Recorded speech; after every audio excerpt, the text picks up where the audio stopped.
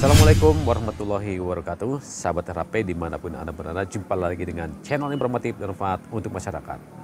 Sahabat RHP, pada kesempatan kali ini kita akan menjawab pertanyaan-pertanyaan dari sahabat RHP yang bertanya melalui kolom komentar pada YouTube saya ini, bahwa ada beberapa secara acak kami pilih pertanyaan-pertanyaan dari sahabat RHP yang bertanya tentang prosedur berperkara atau mengajukan gugatan harta bersama di pengadilan agama.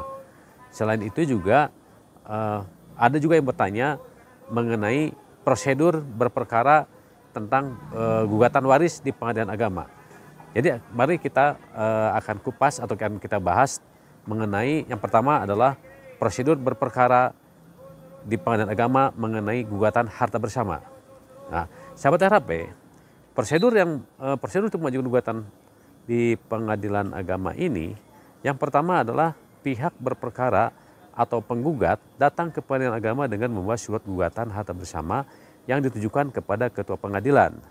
Nah, jadi gugatannya itu harus diajukan oleh pihak penggugat, dan yang paling penting adalah ada bukti terlebih dahulu bahwa sudah terjadi perceraian, artinya harus melampirkan akta cerai bahwa Anda sudah bercerai tapi harta bersama atau harta perkawinan yang diperoleh dalam perkawinan belum dibagi.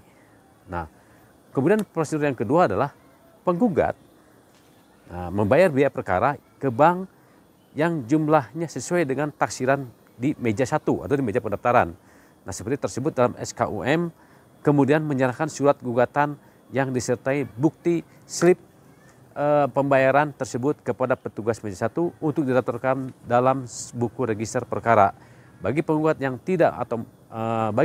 tidak mampu atau miskin dapat mengajukan gugatan secara cuma-cuma atau prodeo dengan syarat melengkapi surat keterangan tidak mampu dari lurah atau kepala desa dan diketahui oleh camat setempat. Kemudian prosedur yang ketiga adalah dalam surat gugatan harta bersama.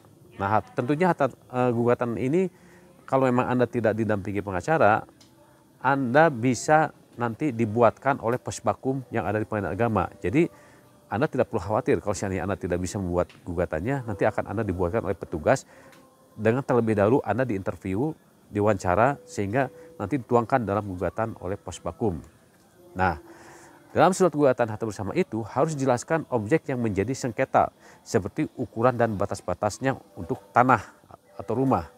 Jika objek itu berupa tanah, jadi Anda harus menjelaskan batas-batasnya, sertifikat hak milik nomor berapa.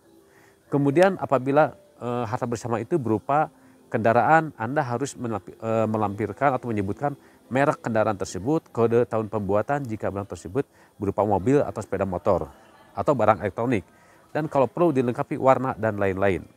Nah, kemudian setelah prosedur yang berikutnya adalah setelah gugatan didaftarkan, penggugat dan tergugat tinggal menunggu panggilan sidang dari pengadilan agama. Panggilan sidang nanti akan disampaikan oleh jurusita ke alamat penggugat dan tergugat paling lama 3 hari kerja sebelum sidang dilaksanakan. Itu kemudian prosedur berikutnya adalah prosedur yang kelima adalah dalam persidangan nanti terlebih dahulu diupayakan perdamaian dan dilanjutkan dengan mediasi bagi kedua belah pihak yang hadir di muka sidang. Nah, mediasi ini dilakukan oleh mediator pengadilan agama. Penggugat dan tergugat bebas memilih hakim mediator atau pihak lain yang sudah punya sertifikasi sebagai mediator, dan biasanya menggunakan mediator dari luar apabila saudara atau Anda dan tergugat nanti menggunakan mediator dari luar, itu Anda akan lebih berat biayanya. Jadi sebaiknya saran kami Anda menggunakan mediator dari pengadilan agama karena biayanya tidak terlalu berat. Nah, kemudian prosedur yang berikutnya adalah pengajuan gugatan harta bersama ini atau dalam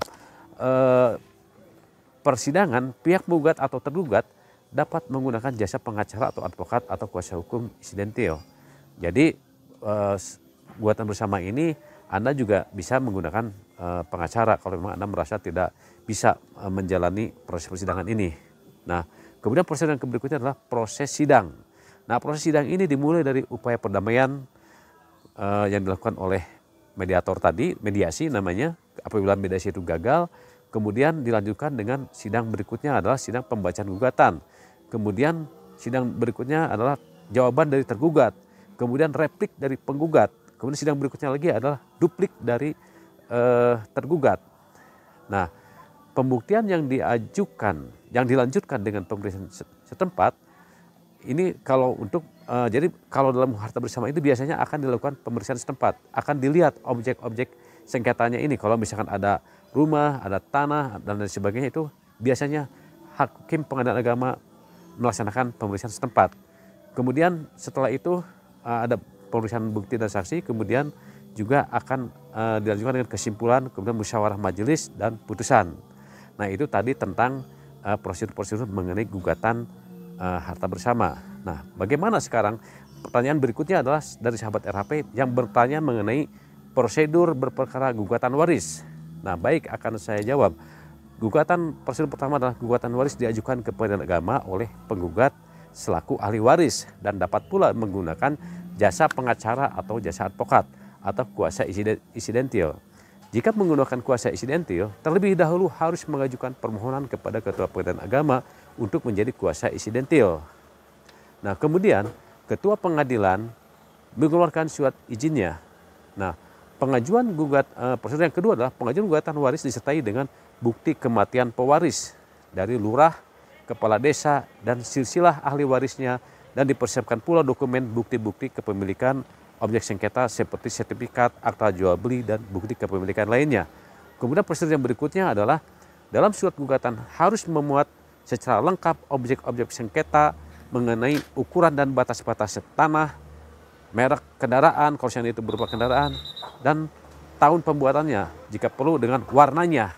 Nah, kemudian prosedur berikutnya adalah pengajuan gugatan waris diajukan ke pengadilan agama yang daerah hukumnya meliputi letak barang tetap atau objek sengketa itu berada, kecuali barang-barang sengketa itu menyebar ada di beberapa wilayah pengadilan agama.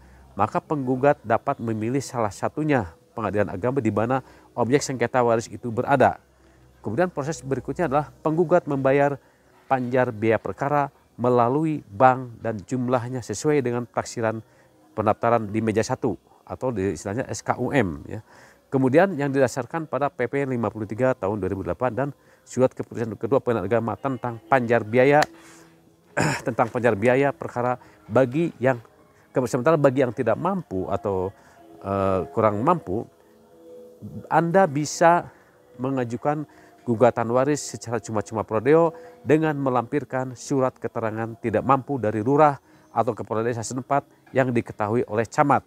Nah, prosedur yang berikutnya adalah setelah gugatan didaftarkan di pengadilan agama, penggugat atau kuasanya tinggal menunggu panggilan sidang yang disampaikan oleh jurusita. Panggilan disampaikan minimal 3 hari kerja sebelum sidang dilaksanakan. Nah, proses sidang dimulai dari upaya perdamaian dan dilanjutkan dengan mediasi jika para pihak hadir di persidangan. Nah, dalam mediasi, para pihak bebas memilih mediator apakah berasal dari hakim atau pihak lain yang sudah memiliki sertifikat mediasi, dan segala biaya pengeluaran mediasi ditanggung oleh penggugat atau kedua belah pihak jika terdapat kesepakatan dengan tergugat. Namun apabila menggunakan hakim mediator tidak dipungut biaya. Jadi saran saya sebaiknya gunakan mediator dari pengadilan agama daripada menggunakan mediator dari luar karena biayanya lebih besar. Nah, kemudian prosedur yang berikutnya adalah prosedur yang ketujuh adalah proses sidang dimulai dari upaya perdamaian dan dilanjutkan dengan mediasi jika para pihak hadir di persidangan. Dalam mediasi para pihak bebas memilih mediator apakah berasal dari hakim atau pihak yang lain sudah memiliki sertifikat mediasi. Nah, kemudian prosedur yang berikutnya adalah setelah proses mediasi dilaksanakan dan ternyata damai, maka dibuatkan akta perdamaian yang dikuatkan dalam putusan majelis hakim yang bersangkutan. Namun jika tidak terjadi damai, pemeriksaan gugatan dilanjutkan dengan pembacaan gugatan, jawaban tergugat, replik penggugat, duplik tergugat, pembuktian yang diajukan dengan pemeriksaan setempat, kesimpulan, musyawarah, majelis, dan putusan. Itulah tadi prosedur mengenai gugatan harta bersama dan gugatan warisan. Nah, demikianlah konten kita kali ini. Semoga apa yang saya sampaikan ini bisa memberikan pencerahan bagi khususnya sahabat RHP yang bertanya dalam kolom komentar. Semoga ini menjadi pencerahan dan bermanfaat bagi Anda khususnya dan masyarakat Indonesia pada umumnya. Sampai jumpa lagi di konten berikutnya. Wassalamualaikum warahmatullahi wabarakatuh.